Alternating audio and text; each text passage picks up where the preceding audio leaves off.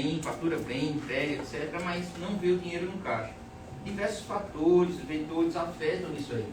E você precifica correto, coloca a margem correta, mas não vê o dinheiro no caixa.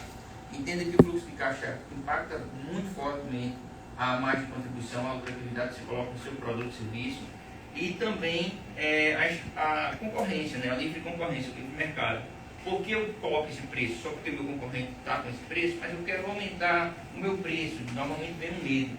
Se eu aumentar, eu vou perder cliente, se eu aumentar, eu vou perder negócio. E aí é preciso olhar produto a produto, se a empresa de produto, serviço a serviço, qual serviço faz sentido ou não. Normalmente, com esses ajustes, a poda da árvore, normalmente podando ali alguns galhos, tirando ali, limpando melhor a árvore, ela oxigena muito mais e isso acontece exatamente com a empresa.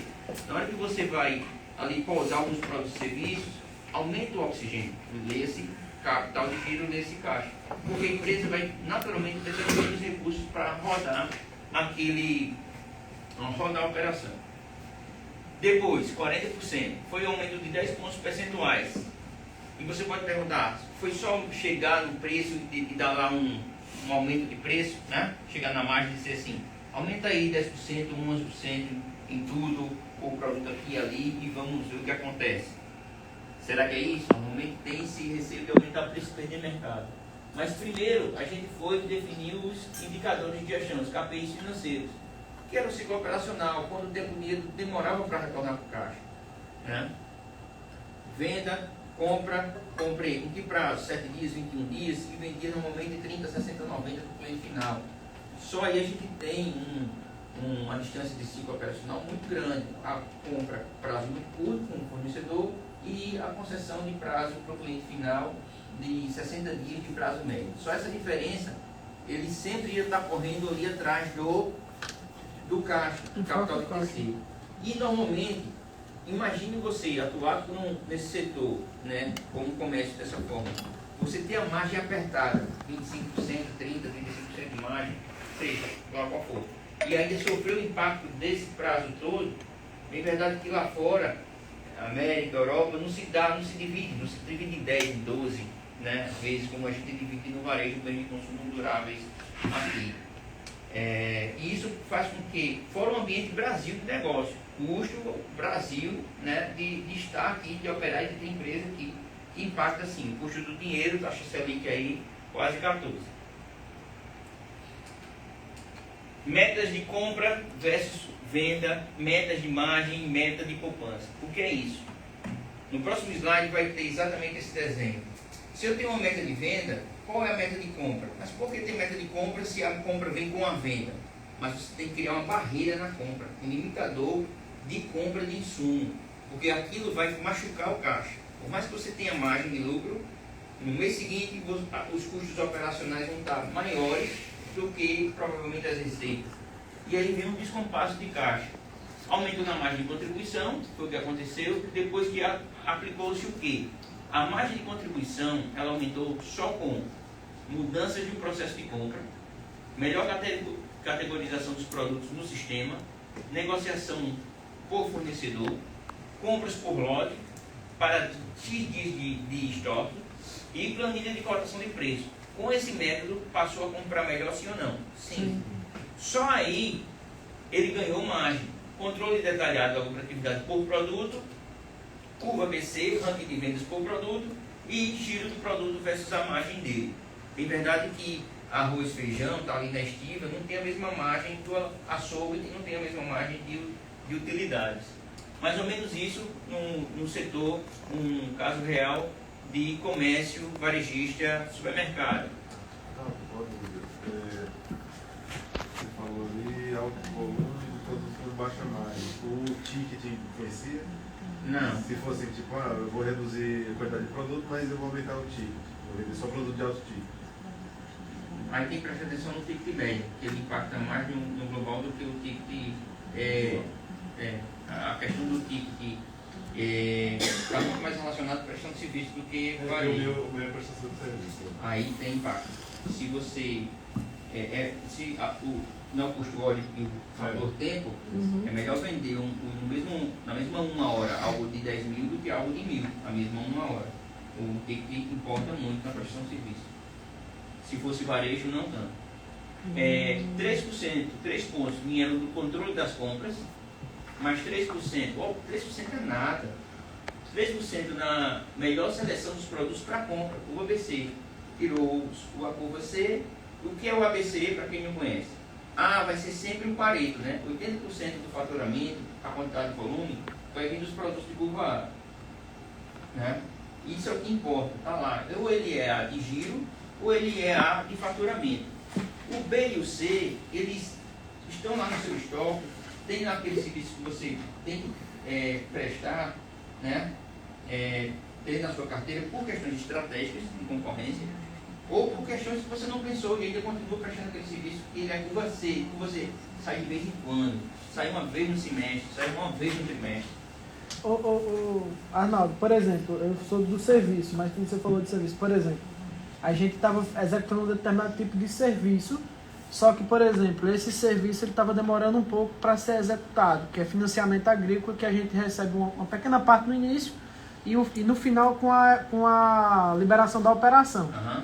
Aí eu pensei, foi um pensamento meu, aí eu tenho, num caso como esse, já que o nosso cliente que a gente faz, geralmente quando a gente trabalha com regularização de imóvel rural, quando eu regularizo, consequentemente ele quer fazer um financiamento. Então, para mim, eu percebo que é estratégico porque acaba gerando uma nova receita.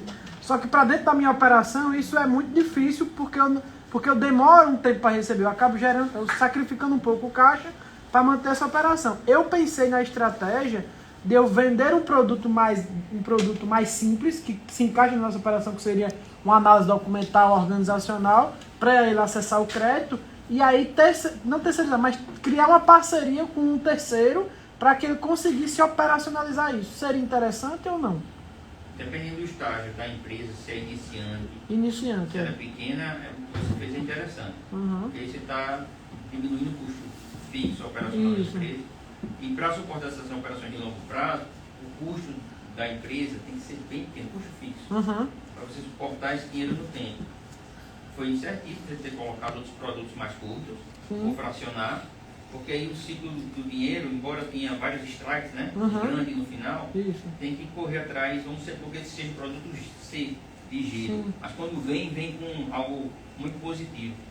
Geralmente produtos C no varejo, ou indústria, ou no serviço, pessoal, são características de produtos, por exemplo, alto valor agregado. O produto é muito caro e vende de vez em quando. Geralmente esses produtos muito caros que vendem de vez em quando, às vezes tem uma margem boa. Às vezes, raramente. Às vezes tem uma margem boa. Às vezes ele tem uma margem ligeiramente normal, igual ou ruim, né? Que é um produto CC. Ele é C de giro e C de margem. Ele deve ser cortado. Esse exercício aqui, para liberar dinheiro no caixa e melhorar a rentabilidade, só em cortar aqui o que é C, ele já libera dinheiro para compra de novos produtos que são de curva A e curva B. Os produtos de curva A, eles correspondem a 80% do faturamento. 80% do faturamento. Geralmente essa curva A aqui são o top 10, top 20, são 20 produtos apenas. 20% dos produtos apenas. Da mesma forma com o seguinte. Quando a gente diz vamos aumentar o preço, a margem de lucro de 30 para 40, só em aumentar a precificação, a gente perde competitividade, sim ou não? Sim. Mas o último ponto foi aumentar menos do que a inflação, ou a inflação dos preços. E sobre a estratégia de aumento de preço, fracione isso para o cliente também. De 3 em 3 meses, um aumento no primeiro semestre, um aumento no segundo semestre. Nunca deixe para fazer um aumento de uma vez só quando roda o ano. O cliente ele vai se sentir impactado por isso de maneira muito forte. E aí você suaviza isso ao longo dos trimestres. Que seja 1% faz diferença, 2% faz muita diferença. Vamos lá. Dentro desse estudo de caso, olha só, isso acontece nas melhores empresas. Nós temos aqui duas linhas. A linha do faturamento e a linha das compras. E aqui, né, faturou bem em janeiro. Faturamento em fevereiro caiu. olha as compras aqui, as obrigações do mês de fevereiro por conta do faturamento de janeiro. Quem vive esse ciclo, esse chamado descompasso de caixa? Isso acontece quando há um aumento repetido nas vendas. Isso acontece quando a gente sai de um mês muito forte, um dezembro, um novembro, que é Black Friday, um dezembro, um janeiro, né? Sempre o segundo semestre no Brasil, historicamente, é mais aquecido do que o primeiro semestre. E assim como os períodos sazonais, o meio do ano para cá, para o Nordeste, do interior para trás, bem aquecido e assim vai. Isso aqui é um descompasso de caixa. Normalmente as empresas de indústria e comércio vivenciam isso porque elas primeiro pagam, depois elas recebem, né? Elas pagam mais do que recebem. E para suportar esse descompasso, ela vai ter que fazer o quê? Se eu tenho um alto contas a pagar aqui, fornecedor, no mês subsequente é um mês de alto faturamento. Esse faturamento está onde? Está no caixa, está no Pix ou está no cartão de crédito? Está lá no cartão ou nos boletos. Vai antecipar para cobrir esse gap aqui. Vende a prazo e compra a prazo. Geralmente é esse aqui. O prazo ele compra com 21, 30 dias e consegue um prazo maior. Isso é muito danoso. Há também o receio e medo de muitos empresários de diminuir essa concessão de prazo ao cliente e perder venda. Mas, historicamente, o que eu venho observando, contrato é contrato, negócio é negócio. Se você começar a espremer o seu prazo, o desconforto dentro da sua empresa, do seu negócio, ele diminui drasticamente, muito forte. Você não sabe o dano que acontece quando você divide aí em 6, 7, 10, 12 vezes. Mas, Arnaldo, meu negócio eu tenho que dividir em 10, 12 vezes. Aí tem que prestar atenção em alguns indicadores financeiros dentro da operação. Se a sua empresa que opera no Brasil, em João Pessoa, seja lá onde for, ela, para vender, ela tem que ter conceder prazo para o cliente final, esse percentual ele tem que ser repassado para o cliente em percentual. E vem aí uma operação bancária, de crédito bancário, para compor essa triangulação para o negócio receber menos danificação, receber menos dano por conta do ciclo operacional. Vejo muitos negócios muito bons, empresas boas, produto bom, gente boa, tudo certo. Mas ela tem que conviver com concedendo prazo. Na última linha, você tem que virar um banco, entre aspas, para bancar essa operação, manter essa operação. Lê esse banco. Custo enxutíssimo, alta giro financeiro, ciclo financeiro fortíssimo e se mantendo ali magrinho, enxuto, sem fazer desaforo com dinheiro, para manter o ciclo operacional. A maioria dos competidores que competem nesse setor e que dividem muito no prazo, para você se fortalecer e se tornar mais competitivo do que seus concorrentes, se você aumentar seu caixa e por conta do ciclo financeiro, você tem que ter uma alta necessidade de caixa, que aí vem a participação de capital do terceiro banco, que é muito ruim. Se você fizer o dever de casa, um ano é o suficiente, você fica bem mais forte do que seus concorrentes e vai ter uma gestão melhor do seu negócio. Arnaldo, aí isso pode ser, como é que você equaciona essa triangulação? Realmente com esse capital do terceiro ou você tem um aporte seu mesmo para tentar segurar? Como é que você, assim, nessa orientação de um ano, como é que você consegue segurar esse ano? Ou como é que você consegue equacionar essa conta nesse ano para poder você conseguir garantir prazo? Depende do estágio da empresa e do setor. Se você já vai operar com um longo prazo, você vai precisar de um caixa forte, muito capital retido.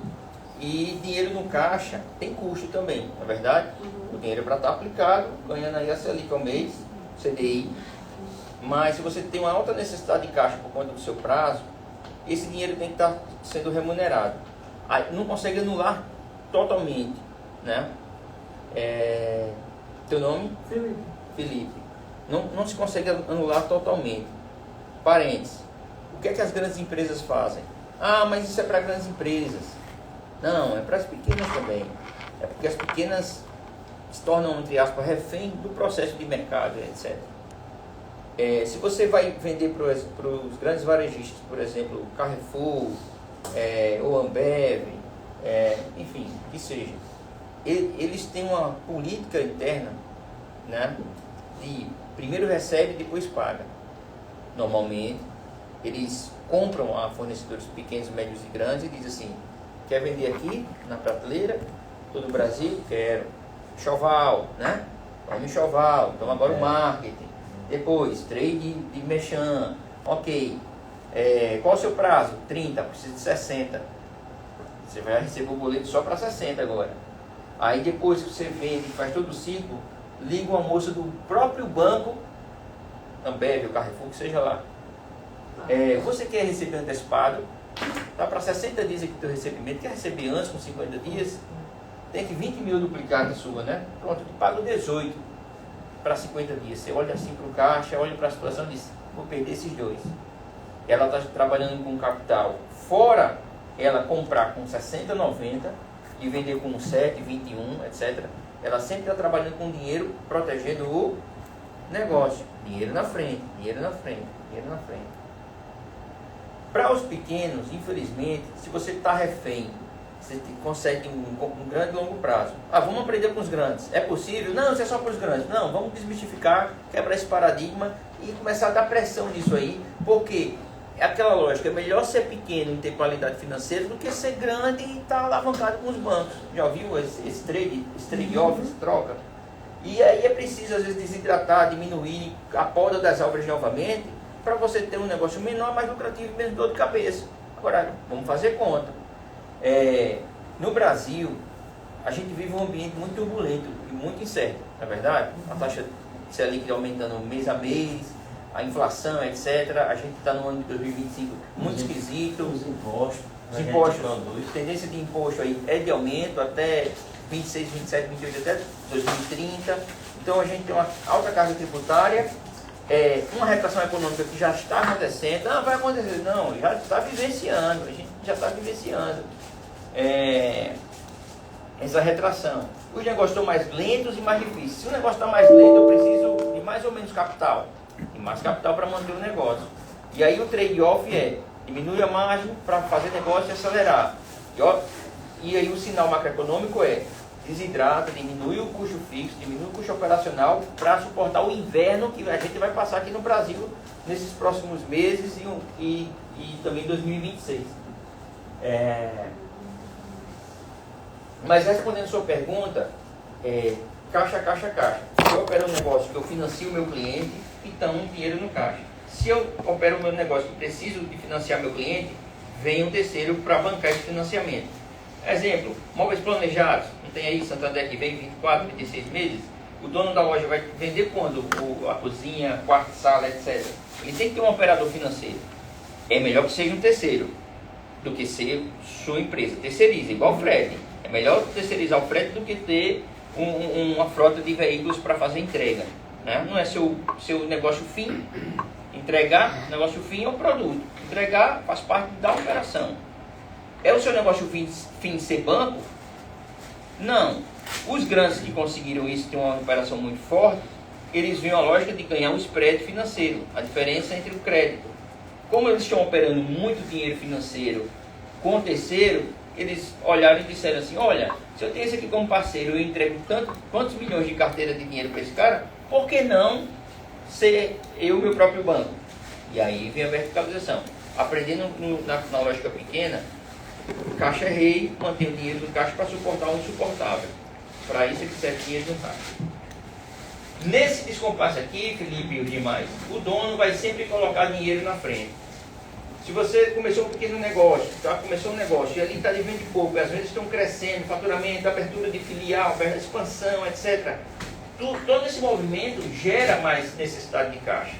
E aí é preciso ter uma conta, como é que eu posso dizer? O ciclo financeiro ele é bem mais lento do que a energia que a gente coloca na estratégia para crescer, para expandir, etc.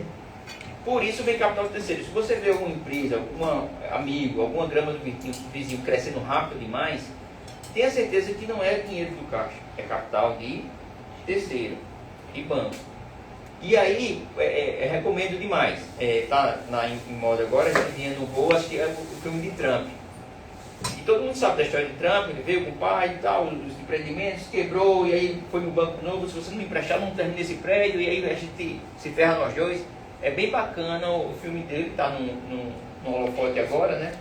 E é uma história de empreendedorismo de muito risco e de muito risco, de incerteza.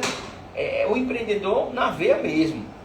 Sentar, negociar, momentos difíceis, momentos que ele pensou que não ia acontecer, pessoas que ele contou no meio do caminho. Tem o advogado dele no início do filme que ajuda bastante ele, instrui, etc. O mentor dele na época, né? E fazendo um paralelo, crescer rápido demais, capital terceiro, certamente. E crescer com capital próprio, você vai tirar um armário que está arrumado para desarrumar, para arrumar outro armário, vai faltar lençol. Certo? Vai faltar, o lençol vai ficar curto. Os bancos serão sempre sócios da sua operação dessa forma. O mundo ideal é esse aqui, de certa forma, o mundo ideal, um mundo utópico, com exceção dos pequenos negócios, onde o dono compra à vista e vende à vista. Tem aquela ideia, fulano compra à vista e vende à vista. Ele não tem sufoco no mês seguinte, porque ali ele tem o dinheiro para comprar, ele só compra se tiver o capital. Acabou. Se ele não tiver, ele compra menos. Ele vai comprar o quê? O que importa, o VA, o VAB. Ele tem um dinheiro ali mais enxuto, mais centrado. O dinheiro a crédito, aí para quem compra a crédito, tem algumas ferramentas de trava. Você precisa travar a compra. E qual o limite de trava da compra? Para o mês seguinte, se é um comprador da sua empresa que faz a compra. A média histórica do CMV, custo da mercadoria vendida. Você pega a média histórica, eu vendo 100 mil por mês. Normalmente eu pago de fornecedor de 50 a 60 mil. Crava ali aqueles 50 mil, aqueles 55. Se você quiser queimar estoque e oxigenar o caixa, bota a meta para ele comprar 45. Ele vai dizer, patrão, é pouco 45, como é que vai vender e bater meta? Não importa, se vira aqui com 45 mil de compra nesse mês, você travou ele. E aí aumenta o grau de seleção. Ok? Isso se aplica a varejo e a distribuição, não se aplica à construção civil. Que aí vai atrasar a obra se ele diminuir as compras dentro desse processo. Com o mundo real, não é assim, as empresas precisam de capital de giro. E aí vai a dica, para serviço, pelo menos 2 meses de capital de giro do custo total. Faz a conta do custo total da sua empresa. Deu quanto? Deu X. Ok, você precisa disso escutando a conversa no caixa. Enquanto não bater essa meta de ter esse dinheiro lá parado, na aplicação, de baixa imediata, né? Disponibilidade imediata, não sossegue. Não sossegue. Isso é um grande sossego. E por que a gente não faz isso, ou porque demora a fazer isso, ou porque não tem como hábito? Geralmente, e aí a gente vai para finanças comportamentais. É comportamento puro. Comportamento. Não faz por comportamento. Não é, a gente sabe que tem até a razão. É racional fazer isso. Mas o comportamento, o mau comportamento, o comportamento ruim, faz com que a gente não tenha essa blindagem aqui. No comércio, 3 meses, da indústria, 180 dias, 6 meses de capital de giro. Tudo isso estamos no Brasil. A farmácia de manipulação se configura já como indústria, então, né? Mini indústria. Né? Como tem o arranjo produtivo na indústria de manipulação,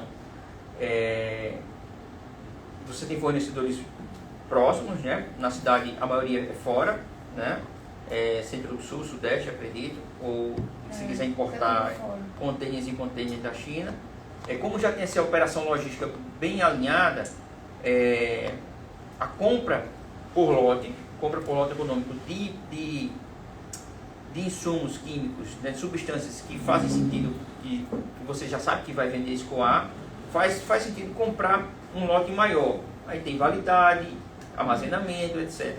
Mas, no geral, o teu nome? Una. No geral, é manter a cadência, manter o ritmo. Manter um ritmo, manter uma configuração, manter um padrão, é muito mais sadio do que ficar fazendo apostas. Vai comprar muito, agora não compra mais nada, faltou tal substância, demora a chegar. Muito instável. O cliente final, o pedido ou a compra, o próprio fornecedor? A compra é muito instável, porque às vezes é a sazonalidade, né, da época. Produto da moda. Está mais prescrevendo. Isso. O que é que acontece muito, que deixa a gente maluco lá, a gente comprou muito, aí não sai mais, muito. Aí tá lá o estoque. E depende Aí, do prescritor aí diretamente. depois, de repente, começa a aumentar prescrições de uma outra coisa em que a gente não tem, aí a gente vai ter que comprar. Aí a gente vai e compra. Aí, sabe aquele negócio? Aí depois para de ter prescrição. Então, assim, inclusive eu até parei de fazer um pouco isso, digamos.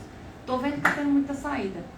Aí tá tendo, então vamos avaliar se realmente compra ou não. Porque se fica o estoque lá parado, pra mim não compensa. É custo, não compensa. Não compensa. Dentro do seu setor é bem nervoso isso. É, O custo estresse. de insumos, fora armazenamento, validade, etc.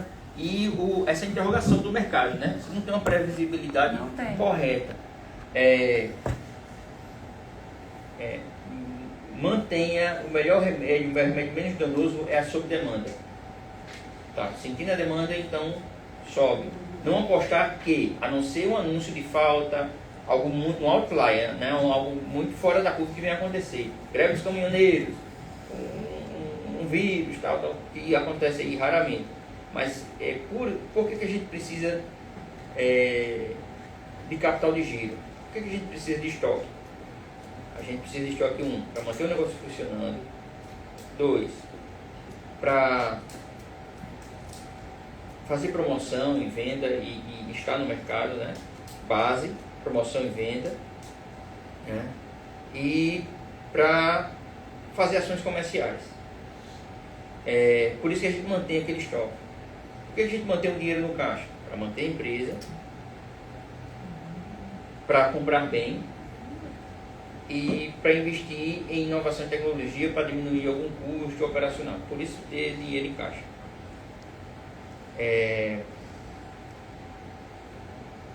Tem um livro chamado de varejo.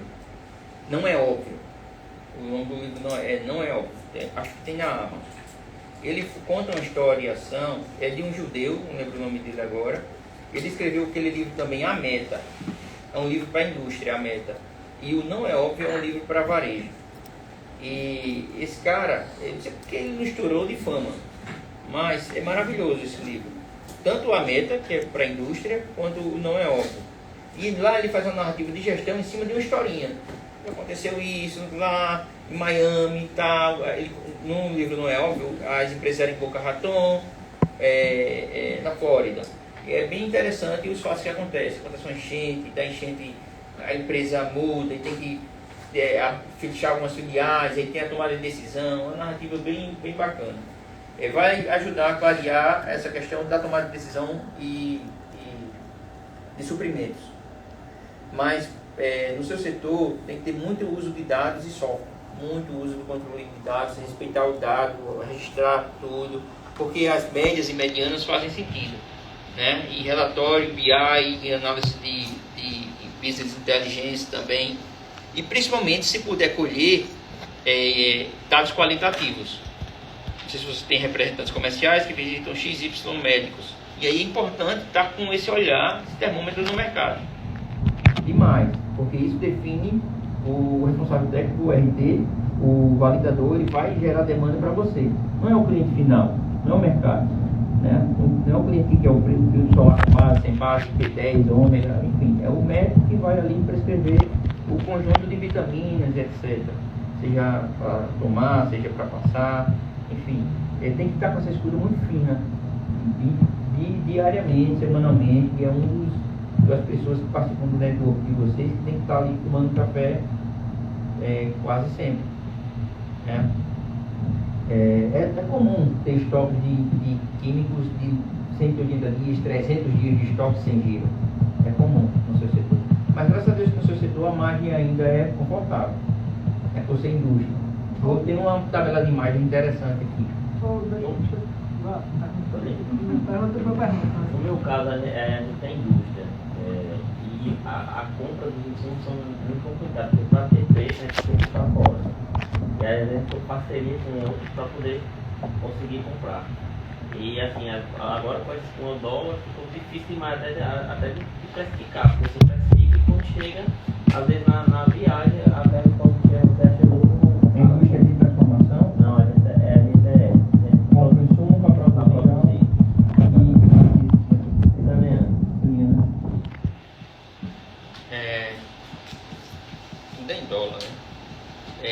não tem outra forma a repasse de preços mínimos. E também, dependendo do setor, às vezes ele é organizado, tem um mínimo de organização. Você disse que compra em conjunto com outros indústrias. Para conseguir preço, porque assim, para Isso é bom. aqui dentro do Brasil, assim, tem fornecedores, né? Mas para comprar no fornecedor aqui, a gente não consegue preço para competir. Aí, para conseguir preço para competir, a gente compra com fornecedores mais fora. Entendeu? Importadores, exatamente. Aí o que acontece? Às vezes a gente não. Para pegar esse gancho, a gente às vezes não está precisando daquele volume de compra ou daquela compra, mas para pegar o gancho de comprar naquele momento, às vezes a gente se obriga a comprar. Porque a diferença, quando você vai comprar aqui dentro do país, às vezes a diferença cobre o que você adiantou a compra. E a gente tem um problema, porque assim, a gente precisa dar um prazo muito esticado, porque a indústria, como você falou aí, eu vivi nessa questão. Os mercados, eles exigem um prazo. A rede do supermercado mesmo querem todos os salários de 60 dias. Todos, do pequeno ao grande, são 60 dias. E você compra, e o prazo que a gente compra lá são 7, 21, no máximo 28. Quando você consegue 28, você já tem um relacionamento muito alto para você conseguir 28 dias. E ainda tem a questão do representante, que vai e fica brigando preço lá com o comprador do supermercado, e naquela briga ainda vem para você querer negociar mais, mexer na margem para poder vender. Aí isso tem sido muito complicado. Aí você coloca aí 6 meses de capital de giro, né? No nosso caso. 6 meses de capital de giro É dinheiro, né? poço. Mas tem Zé de Alencar, né? O industrial, que foi em 2001, foi vice de Lula, não foi? Uhum. Uma vez eu ouvi uma história, participei de uma conversa, e ele teve um funcionário que trabalhou lá na Alpargata de Campina, na toalha, se não me engano, enfim, não lembro. Ele disse que teve a visita de Zé de Alencar em 1998, alguma coisa desse tipo. E era fino trato, enfim, aquele presidente, né? 4ª série, construiu uma indústria no Brasil, etc, etc, etc. E ele andando no pátio, e ele disse que ele perguntava lá o almoxarife, etc. E aí o ar-condicionado, tá ok. E o do almoxarife, ok. E a bomba de compressão, isso, a bomba de ar, e o compressor, tal, tudo ele perguntava. Resumo da história, o filho dele assumiu a nova gestão, tal, teve câncer. Isso aqui, precisa não, exagero de papai. Isso aqui, precisa não, exagero dele. Não, isso aqui é muito dinheiro imobilizado, vamos tirar, vamos desimobilizar. Tal. Claro que o Brasil, ele desindustrializou, né? China, década de... Né, anos 2000 até hoje, 2010 para frente, é que foi mais pressão da China. Mas qual é a moral da história? Zé de Alencar disse assim, mas pai, por que 2? O filho dizia, estamos no Brasil, meu filho. E isso é uma fábrica, ela não pode parar. Por isso que tem que ter um sistema de ar-condicionado inteiro funcionando, e tem que ter outro embalado, escutando a conversa. Porque eu vou ter só um. Olha a mentalidade dele, 4ª série, né? Base do ensino. E porque tem que ter esse sistema de ar, de compressão, você tem que ter um funcionando, tem que ter outro embalado, escutando a conversa. Estamos no Brasil. Enfim, fiz esse pequeno caso para dizer que isso tudo é muito. Estamos no Brasil. E aí, como o Geraldo colocou, dono pequeno, empresa grande, né? Priorizando sempre a redundância. Tem um livro o nome do cara é Mark. A sua estratégia precisa de uma estratégia. A estratégia precisa de estratégia. E ele fala da natureza, né? E ele diz como a natureza é redundante, como a natureza ela se modula, como a natureza ela se protege. Ele fala da célula humana, ele fala como é o sistema de célula humana, que tem backup, se protege, está ali se resetando toda hora. E ele pega esse dado da natureza, como a natureza age, como o ser humano, o corpo humano age, e diz assim, faz na tua empresa também, que aí você vai ficar menos frágil. Não é questão de ficar mais forte, é ficar menos frágil. Porque todo mundo, não existe forte. Vem uma onda, menos frágil.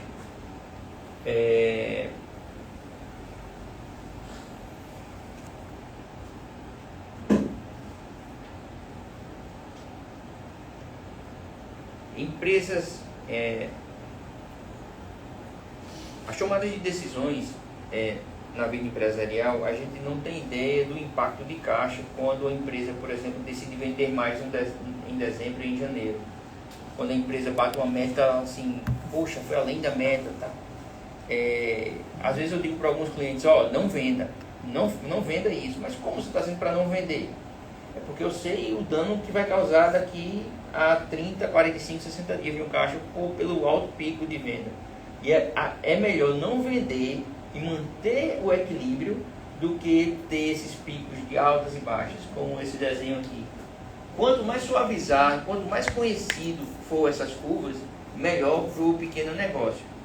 E aí, pequeno negócio que fatura dos seus 1 a 2 milhões mês, até que fatura os seus 50, 100, 20, 30, 10, é pequeno negócio, né? Estamos no Brasil. Amado, deixa eu perguntar, você fala de serviço, tenho 3 perguntas na verdade. Você fala de serviço, 2 meses de custo total no caixa. Para você é muito mais. Oi? Para você seria muito mais, que por conta do seu ciclo financeiro lá, de espera do...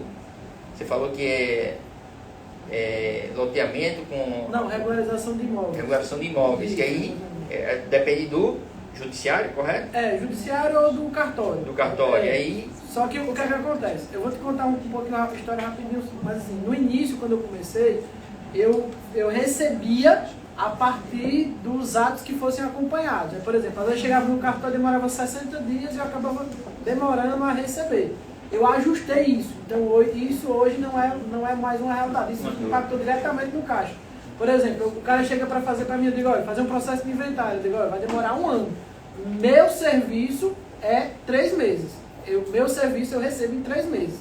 Entendeu? E eu consigo executar 90% da operação nesses 3 meses. Excelente. 10% vai ficar realmente para ser diluído, que é pegar um documento, levar para lá e do lá. Pronto. Mas isso aí o que foi que aconteceu? Eu organizei agora, não mais pelos pontos. Inclusive alguns clientes que no mercado tem muito isso, de você receber a partir do momento que você vai fazendo os atos. Aí eu tô realmente... Desatrelou. Eu tô desatrelando. Caixa, excelente. É o estudo de caso 3. É exatamente nesse caso. Pronto. Aí eu queria fazer sobre a questão do caixa do serviço. Você falou 2 meses seria o ideal.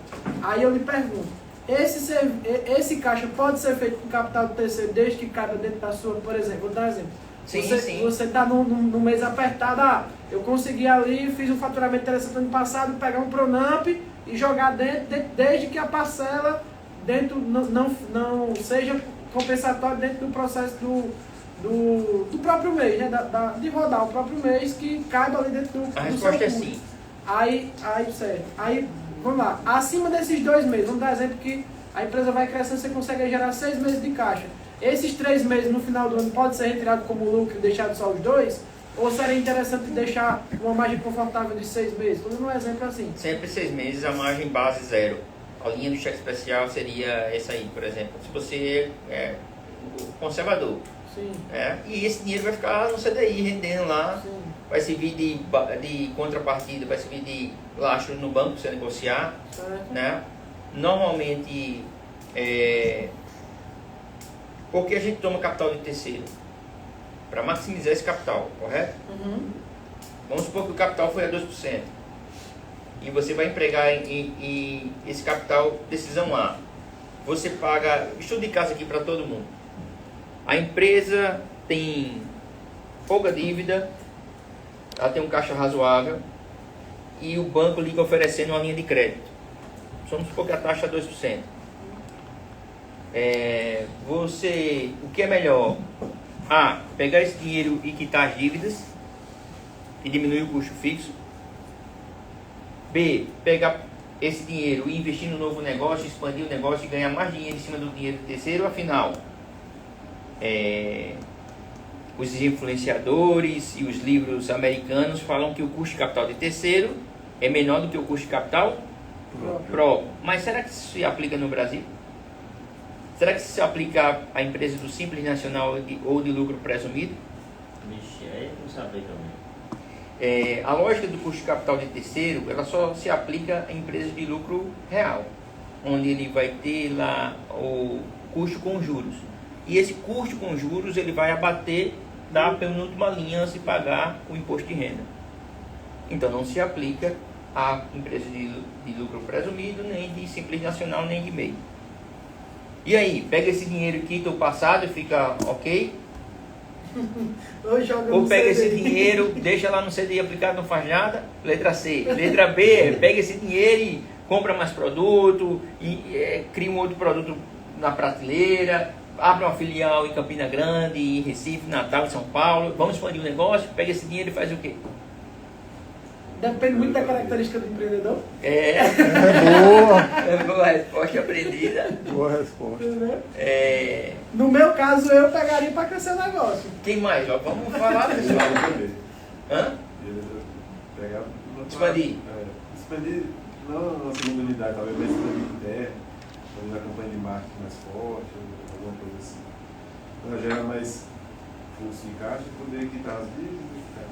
Porque se a dívida já cabe no caixa, então não faz sentido eu quitar. Eu só vou quitar e sim, mas se já cabe no próprio caixa, então eu... Mas Não, mas- depende de mas como não ela tá tá cabendo, cabendo no caixa, né? Às vezes ela tá no Ela está caixa. cabendo hoje, próximo mês vai diminuir. Mas numa oscilação dessa de venda, ela pode no próximo mês já não caber no caixa.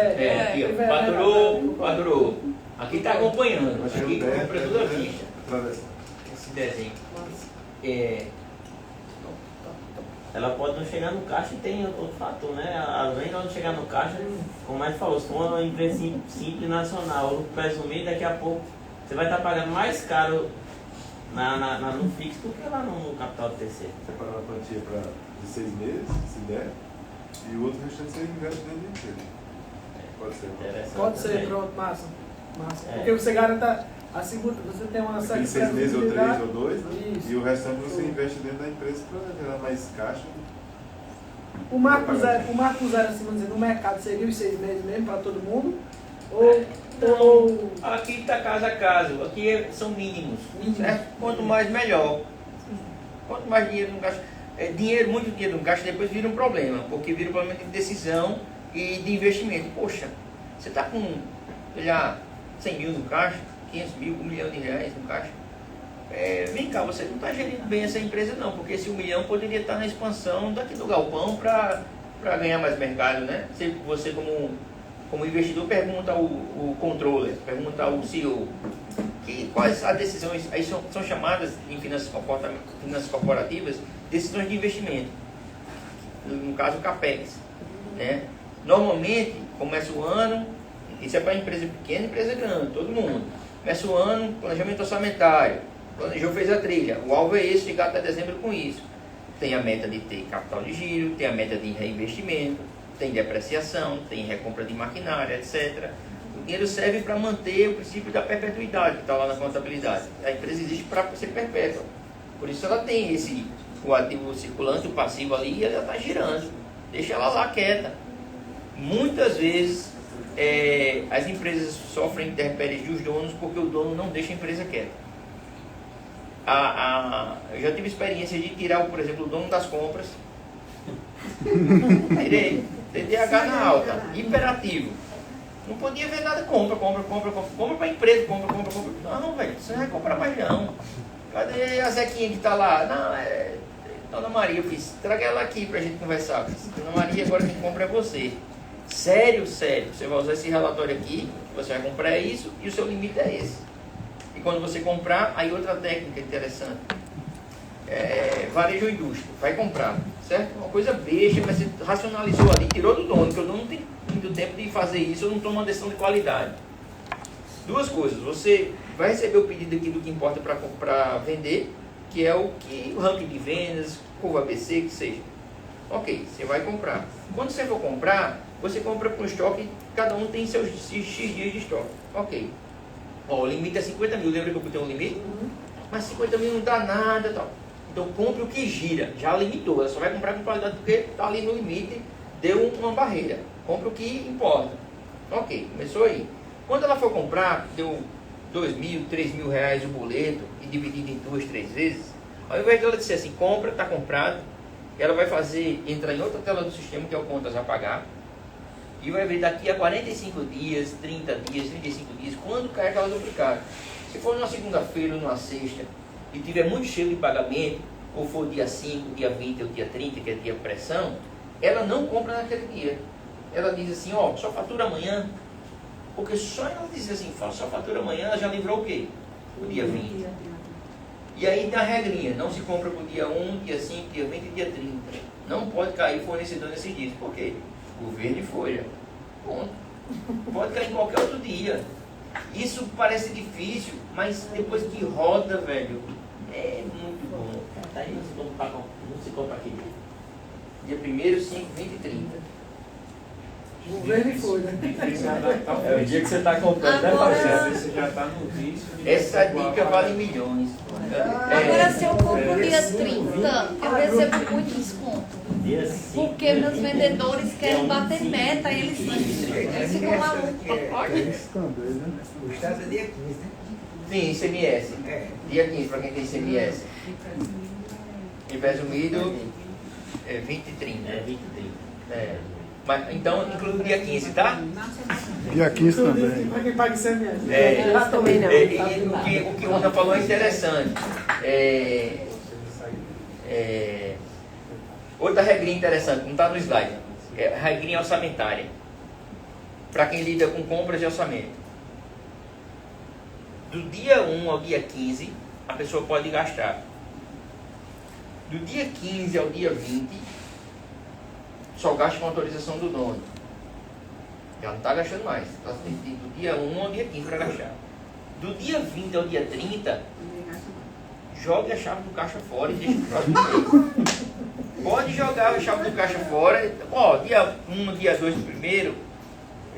E assim, aí outro caso, deixa eu contar outro caso. Esse negócio de esperar. Aí eu vinha de atender de empresa em Campina Grande, aí vinha, parava no cajado e tal. Aí um dia, diversas vezes. Aí eu parei no carinha, café com leite, tapioca, não lembro o nome do dono lá. Vou pegar lá. Tinha lá a parede todo branca, aquela mesinha de madeira ali simplesinho e acabou. Né? Carne de sol, você fazer a sua jantinha e tal. E a parede lá manchada de chuva. É fogo, né? Onde você chega, você quer ver ponto de melhoria e tal. Uma coisa. Por que você não pinta essa parede? Por que não? Por que você não ajeita isso aqui? Não, pra quê? Precisa. Aí, outra vez, eu disse, rapaz, a parede tá, a chuva, né? Úmido aqui, né? É. Aí, outra vez eu fui lá perguntar, ele disse, não, vem cá, deixa eu te dizer uma coisa. Eu tô aqui há 30 anos. Essa parede tá aí há mais tempo do que eu e tu. Desse tudo. Já é detalhe da parede. Deixa ela aí. Você tem que entender que o negócio, isso aqui, ele tem que aguentar. Meu Deus.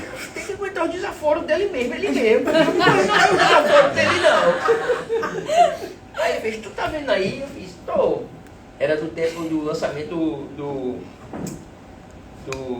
Ford Cross, como é? O Crossford. Não, Cross não.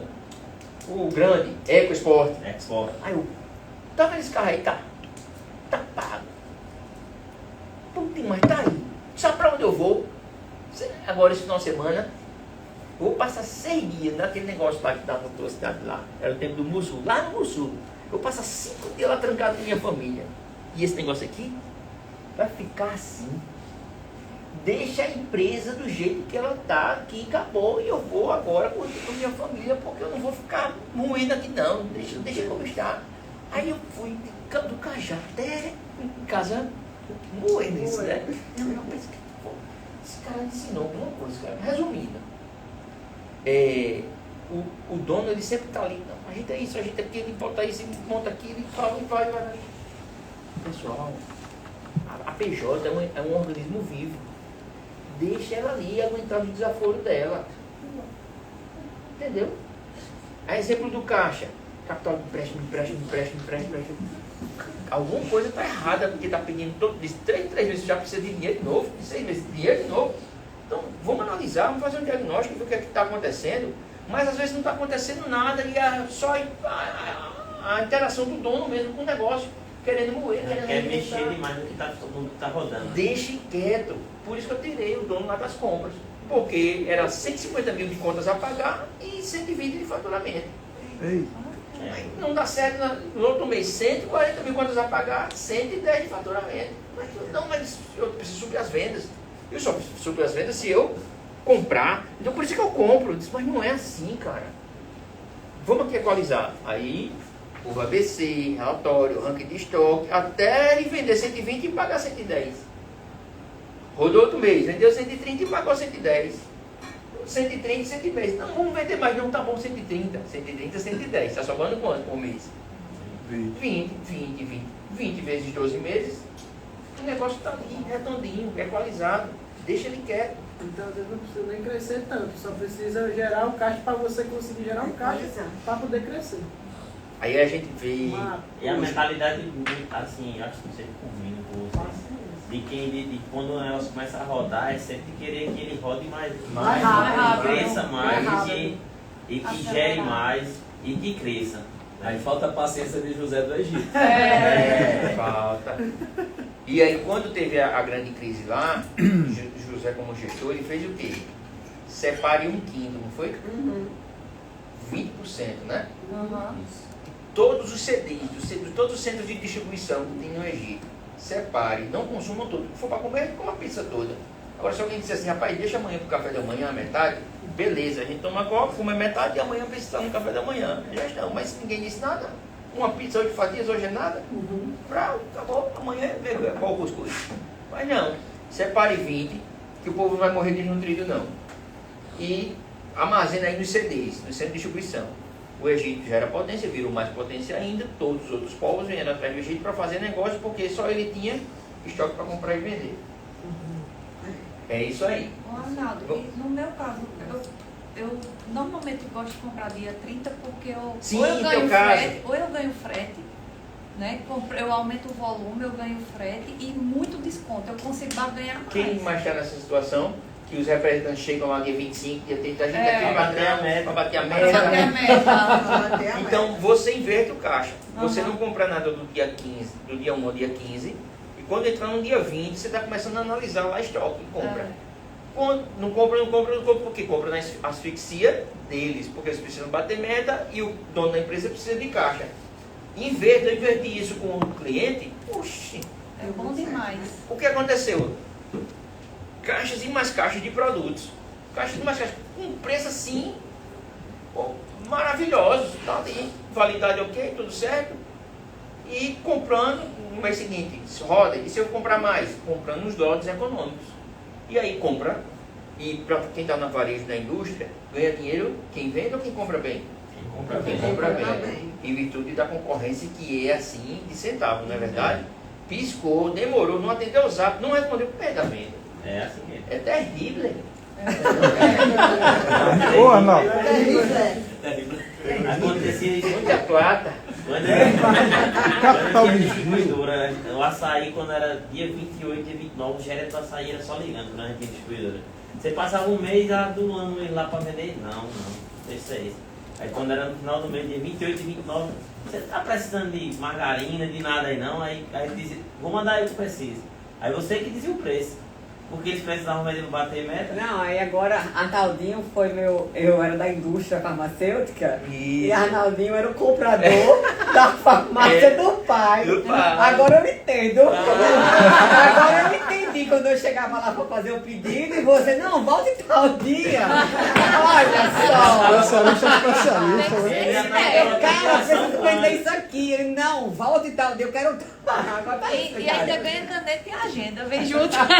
Bem, tudo E sabe maravilhoso. outra estratégia boa também? É fazer eventos do fornecedor. Então, o fornecedor Sim. tem algum produto para lançar. O orçamento Aí de marketing você- da indústria, assim. Você pega, Que faz apronta. o evento e ganha o produto. Bora comprar Descobriu o agora! Ano passado, Guardamento, boné, o quê? ano passado eu fiz evento com 2 fornecedores. E aí o que foi que eu fiz? Eu fiz a venda com 2 fornecedores, aí eu tinha parceria com o Coffee, que é um restaurante lá em Campina. Aí baixei o preço do valor lá do evento, aí chamei os profissionais. Eles mandaram, eles me deram, eu disse, o evento vai custar 6 mil, 3 mil para cada fornecedor. Me deram 3 mil por cada produto, eu ganhei 3 mil de produto. Aí girei, fez o evento, chamei os médicos e o pessoal prescreveu e assim, eu quero fazer muito evento assim. Alguns setores são bem organizados dessa forma. Porque dá muito retorno financeiro. O canal Farma, a indústria farmacêutica é muito organizado nesse sentido. Né? Seja para pesquisa científica, para congresso, seja para o trade marketing de varejo. É muito bom. Supermercadista também tem uma boa organização também. E no setor de serviço, existe isso? Depende do segmento, né? Mas se os grandes fazem isso há muitos anos, então faz sentido a gente aprender a fazer o mesmo, porque juntar no network e gerar sinergia, como a gente está aqui gerando sinergia também, e assim o caminho, né? Fatores externos, quem tem mais? Você tem uma colocação? Eu achei muito bacana essa colocação que você falou sobre capital de giro. Então quer dizer que é uma coisa cíclica, ele se repete, né? E eu achei interessante porque está alinhado com o que eu desenvolvo também, com o que eu trabalho. Você não colocou aí, talvez porque o pessoal ainda não está com essa cultura, né? Uma questão de cultura. A gente hoje trabalha com consórcio, utilizando como capital de giro também. Excelente, é um excelente produto. Porque, vamos lá, a cada 3 meses vai se repetir o ciclo, não é isso? Sim, isso. Ou seja, em algum momento, você que entra no consórcio não vai ser contemplado, em algum momento você está com aquele crédito na mão. Sim. Em algum momento você não vai recorrer ao banco. Sim. Então aí que você vai à furra. Então hoje a gente está trabalhando com empresário para ter essa mentalidade. Como é que é o nome? Jean. Jean. Eu vou potencializar aqui o que Jean colocou. Normalmente, quando o cliente ele chega com um caixa baixinho ou até mesmo negativo, um dos protocolos que eu coloco lá de regra, né? E até como um game mesmo e como um desafio. Imagine essa empresa desse cara que fatura 200 mil, gasta 220 e eu chego e coloco assim, não tem esse faturamento que mede 200? Tem. Tu vai separar do caixa aqui 10% do faturamento do dia. Aí ele diz, eu não consigo. Se eu gasto 220 e eu faturo 200, como é que eu vou separar 10% por dia desse faturamento? É melhor por dia do que por mês. Vai chegar no dia 30, tu vai tirar aí 20 mil da onde? Para colocar na poupança. Não é verdade? Isso. Não vai. Então, O dia é mais fácil. por dia fica mais fácil. Eu disse, não, mas 10 está muito, vamos 5. Eu digo, tá bom, 5. E aí, religiosamente, até virar um hábito. Tipo escovar os dentes. E aí fez? Fiz não. E aí fez? Fiz. Fiz. Ele está num jogo do curto prazo, que ele tem no faturamento de débito, crédito, dinheiro, Pix, de tudo, ele pega, vamos supor que deu 2 mil. Ele tira lá seus 100, seus 200 e aplica no Inter, qualquer CDI desse. 100 por dia. E aí eu lembro de um caso de seu Cesarino. Interessante esse. Aí depois eu vou entrar em consórcio. O Cesarino chega com vários papéis, aquele papel milimetrado, tamanho A3, né? 2A4. Aí ele chega, aí diz, eu tenho uma pergunta a fazer. Tirou um monte de papel, tal, aí vinha com a DRE bem certinha, faturou, imposto simples, tal, a folha, admin, tal, fornecedores, aí a última linha tinha 0. Aí ele estava comprando. Isso é um dos cases que eu acho mais assim, de coração, de Deus, né? Aí ele estava comprando em 3 cartões de crédito para a pequena padaria dele, comprando nos atacareiros, etc, e rodando ali na maior dificuldade. Em resumo, pegou uma consulta, outra, e ele disse, Arnaldo, se eu separar todo dia um pouquinho do faturamento, será que dá certo? Eu disse, dá. Faça isso, que der. Beleza, eu vou tentar e minha meta vai ser quitar um cartão A, cartão B e cartão C. E aí ele foi no bola de neve, né? no método bola de neve. Passou-se 30 dias, ele conseguiu quitar um cartão. Ele não tinha dinheiro para comprar à vista num atacadão, correto? Farinha, etc. Manteiga e tal. Segundo mês, outro cartão. E aí ele estava girando ainda no cartão de crédito. Quando ele ia comprar no dia só da oferta, só comprava matando. Quando estava a manteiga ali por X, a farinha ali por Y, tal, comprava e ele aumentava a margem de lucro, sim ou não?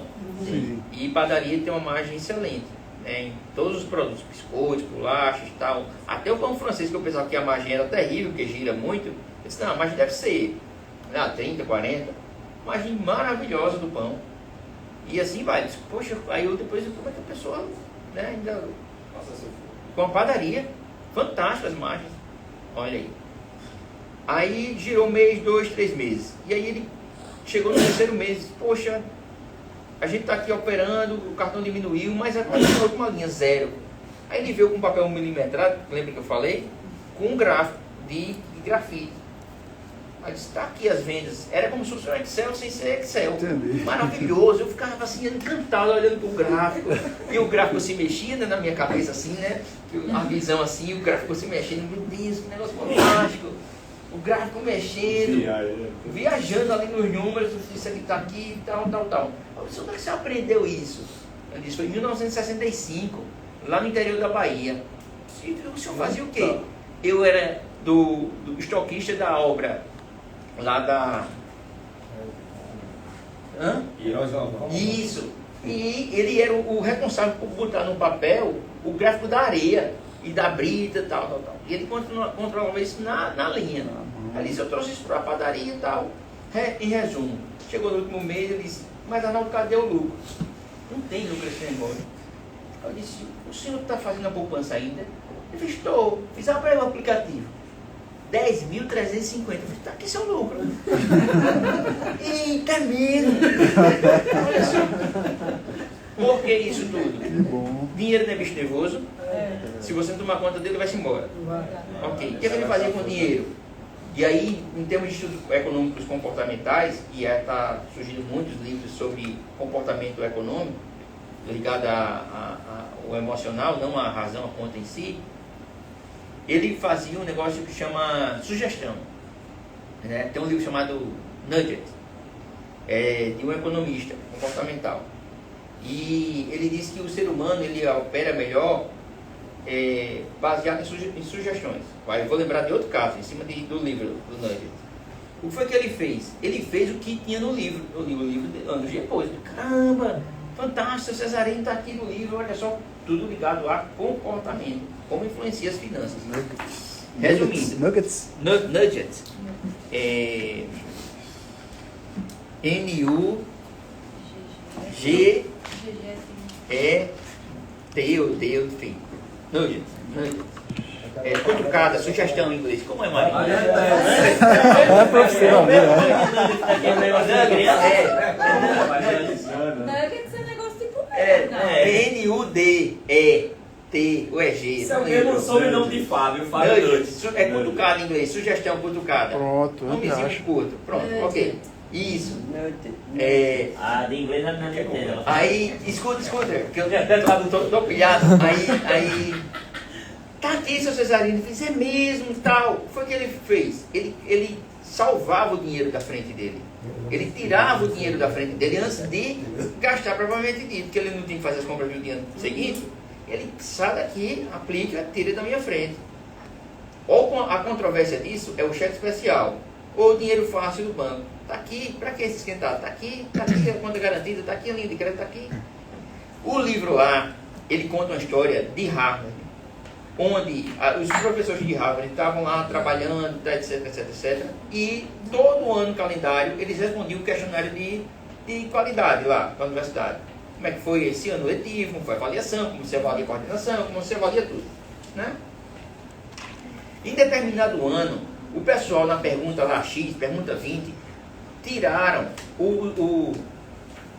isso, Nugget, N-U-D-G-E. N-U-D-G-E. Isso. Aí N-U-D-G-E.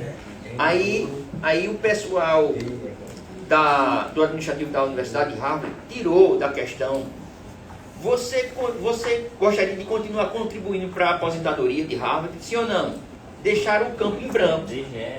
Certo? Deixar o campo em branco. Olha só, esse fato real. Deixar o campo em branco. Aí, na mesma hora, alguns professores, no Blink, né? Tá. Cara, eu perco 15% do meu salário quando eu contribuo.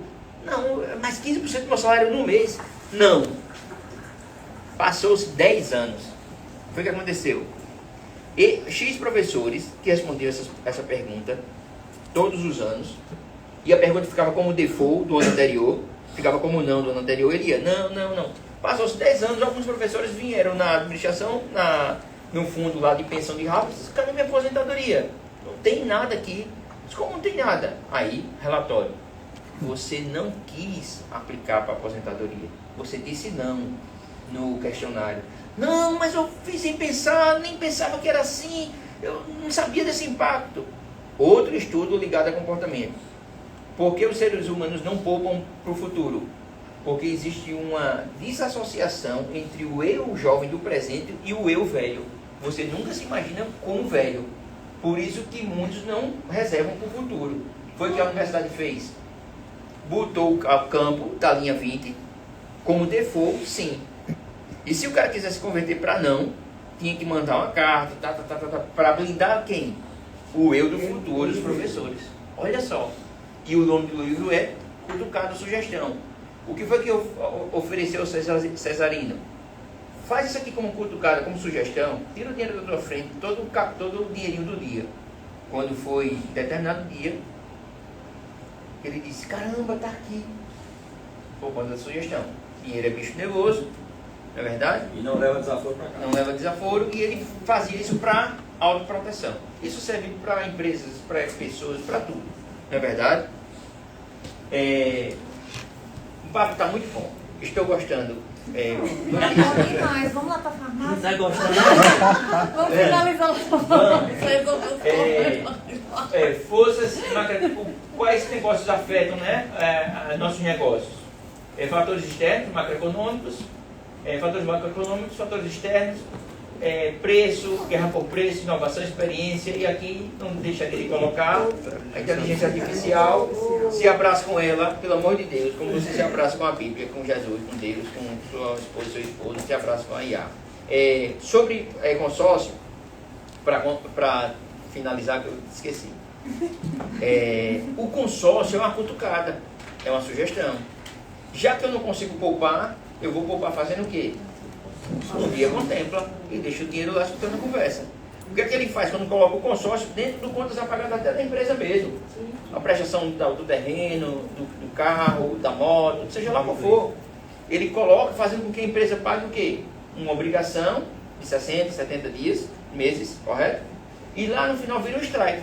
O mercado de consórcio contemplado é excelente. Existe um mercado de consórcio contemplado que é maravilhoso. E assim, força você fazer uma poupança forçada com a taxa de administração de hoje 17%, 15%. Rapaz, ao mês dá 0,10, 0,12. E para quem não fez consórcio, eu aconselho fazer consórcio. Ao ano 1,2. Deixa eu botar um aqui. Então. Quando eu namorava com Simone, aí estava em alta aqueles compra-seta da Brastemp, né? Compra-seta? Da Brastemp. Compramos Eu comprei, tudo. olha a cabeça. Eu comprei tudo. Quando eu recebi o dinheiro, eu pagava os carnês todo dia. Eu fiz, agora eu estou despreocupado. Ela já estou pagando a parcela e tornava o dinheiro tudo. Não estava nem aí. Aí já estava de cabeça gelada porque o Vitório estava tudo certo. Oi. São duas perguntas. Imóvel, certo? Imagina que você tem um imóvel, um padrão excelente. Você não precisa dele para morar. Você não precisa dele para morar. Você vende ou você aluga? Aluga. Mas aí a questão da depreciação do imóvel. Vai depender do bairro. Bom, revitalizando, reflorescendo. Mas vende ou aluga? O apartamento, o prédio está em alta, prédio novo, apartamento de ótimo padrão, está parado, fechado, aluga ou vende. Se vender, pegar o dinheiro para jogar no investimento com uma taxa de 0,7% a 1%. vocês ouviram a pergunta interessante? Olha o trade-off aí. Aluguel ganha o que ao mês, teoricamente? 0,5%, né? 0,5%. Aí o CDI dá 1,0 alguma coisa hoje, o dobro, né? do aluguel. Mas aí tem às vezes é jogo de soma zero, tá, pessoal? Jogo de soma zero. A maioria dos negócios é jogo.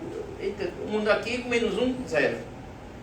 A tomada de decisão de vender depende do estágio de vida, vai vender para quê? Tem que maximizar.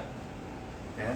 Se Vender justamente para o eu velho. Para o eu velho, pode ser. Se o bairro está no auge, ok, o metro quadrado de uma pessoa está super aquecido em vários bairros, etc. O mercado está esfriando um pouquinho agora, né? Produtos aí Minha Casa Minha Vida vão continuar se a Caixa deixar. Os grandes empreendimentos, né? 30, 40 andares ali, mais difícil de fazer negócio, mais lento, não tão aquecido. Isso é um sintoma de o negócio esfriando, pé no freio. Historicamente, se a gente olhar o preço de compra desse apartamento versus o preço de venda hoje, é um ganho maravilhoso. A diferença... O prédio, por exemplo, vamos lá, em 2018 foi comprado por 200 e alguma coisa, hoje está valendo 650 mil. É um ganho de capital maravilhoso. Mas assim, está no auge agora para ser vendido. Será que não é o momento para vender? E o imposto do ganho de capital? Tá, aí era o que eu ia entrar agora. Tem 180 dias para ou aportar esse capital no novo negócio, novo empreendimento, porque se ele for para a conta bancária, ele vai ficar rendendo lá 179 dias, certo? Está lá rendendo. Você tem 6 meses para aportar esse dinheiro em outro imóvel, senão você vai pagar imposto de renda sobre a diferença. 6 meses. Ok? Sobre a diferença. Compra por 200, vendeu por 600, não tem 400? Essa diferença está lá no seu imposto de renda, é ganho de capital. Vai tributar lá o imposto de renda sobre esses 400. Como escapar disso? Pega os 600 e ancora em outro imóvel. Ei, governo, estava aqui com 600, vendi, mas já comprei outro terreno aqui. Comprei mais 3 terrenos em Lucena, que vai vir a ponte. Cada terreno foi 120 mil. Por exemplo. Num caso como esse, você não paga o imposto Isso aí foi uma ideia, né? Não. Em Lucena tinha. Eu vi um brainstorm que vai vir a ponte. Camboinha não tem mais nada.